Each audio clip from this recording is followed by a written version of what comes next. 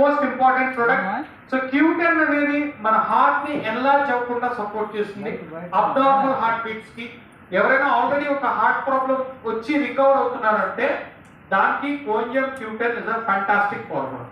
So దీంతో పాటు మనకి బేసిక్ గా సేమ్ పాయింట్ అగైన్, శరీరంకి Q10 అనేది ఆటోమేటిక్ గా తయారు చేసుకుంటుంది.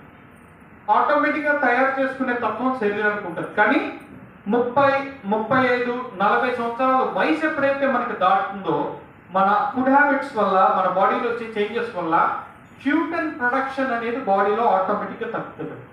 సో మీరు గమనిస్తే 35-40 ఇయర్స్ తర్వాత ఇప్పుడు కాంప్లికేషన్స్ ఎందుకు వస్తున్నాయి అంటే బాడీలో వన్ ఆఫ్ ద రీజన్ కోంజం Q10 ఉత్పత్తి శరీరంలో తగ్గడం వల్ల. అలాగే మనకి ఏమైనా ప్రపంచాన్ని, సొసైటీని కాపాడే అలవాట్లు ఉంటే Q10 అనేది ఇంకా ఫాస్ట్ గా తగ్గిపోతుంది. ఏంటా హ్యాబిట్స్? స్మోక్ చేయడం, డ్రింక్ చేయడం, అలాంటివి ఏమైనా ఉంటే 25 సంవత్సరాలకి Q10 అనేది మనకి ప్రొడక్షన్ అనేది తగ్గిపోతుంది. సో ద సింపుల్ ఫార్ములా, ఎవరికైనా హ్యాబిట్స్ ఉంటే 25-30 కల్లా కోంజం Q10 లాంటి ప్రొడక్ట్ ని మనం స్టార్ట్ చేయాలి.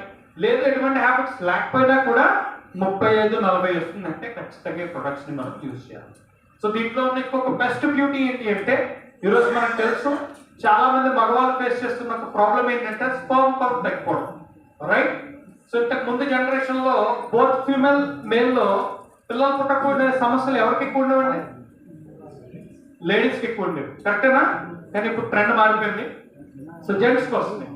Because of the habits, the kind of dressing, the kind of atmosphere, radiation.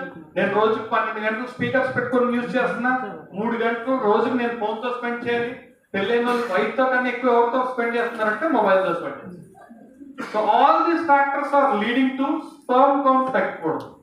60-120 మధ్యలో ఉండాల్సిన స్పర్మ్ కౌంట్ చాలా మంది మగవాళ్ళకి తగ్గిపోతుంది.